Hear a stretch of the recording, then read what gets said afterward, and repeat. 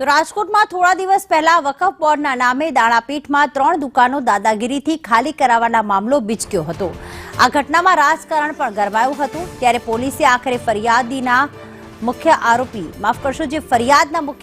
છે તે ફારૂક મુસાની સહિત 8 શખ્સોની ધરપકડ કરી છે।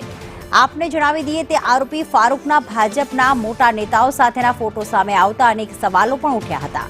આ ઘટનામાં કુલ 9 વ્યક્તિઓ સામે ગુનો દાખલ કરાયેલો છે। હજુ એક આરોપી પોલીસ પકડથી દૂર છે। મયુર અમારી સાથે જોડાઈ ગયા છે। મયુર, 8 લોકોની ધરપકડ કરવામાં આવી છે, 9 સામે ગુનો દાખલ છે। શું વધુ વિગતો આ ઘટનામાં? પ્રીતિ, વકફ બોર્ડના નામે જબરજસ્તીથી દુકાનો ખાલી કરાવવા મામલે પોલીસે 9 લોકોની સામે ગુનો દાખલ કર્યો હતો। 8 આરોપી કે જેમાં નવાબ મસ્જિદના ટ્રસ્ટી તરીકે ફારૂક મુસાણી છે, તેના સહિત 8 આરોપીઓની ગઈકાલે રાત્રિના ધરપકડ કરી લેવામાં આવી છે। ત્યારે એક આરોપી બહાર હોય તે આવ્યા બાદ તેની ધરપકડ કરવામાં આવશે। ઉલ્લેખનીય છે કે વકફ બોર્ડના આદેશના નામે 3 જેટલી દુકાનો છે 31મી ડિસેમ્બરની રાત્રિના ખાલી કરવામાં આવી હતી। એટલું જ નહીં પરંતુ તેના તાળા પણ તોડી નાખવામાં આવ્યા હતા અને સામાન બહાર ફેંકી દેવામાં આવ્યો હતો। સમગ્ર ઘટનાની અંદર રાજકારણ ગરમાયું હતું। ત્યારબાદ વિશ્વ હિન્દુ પરિષદ સહિતની સંસ્થાઓ મેદાને આવી હતી।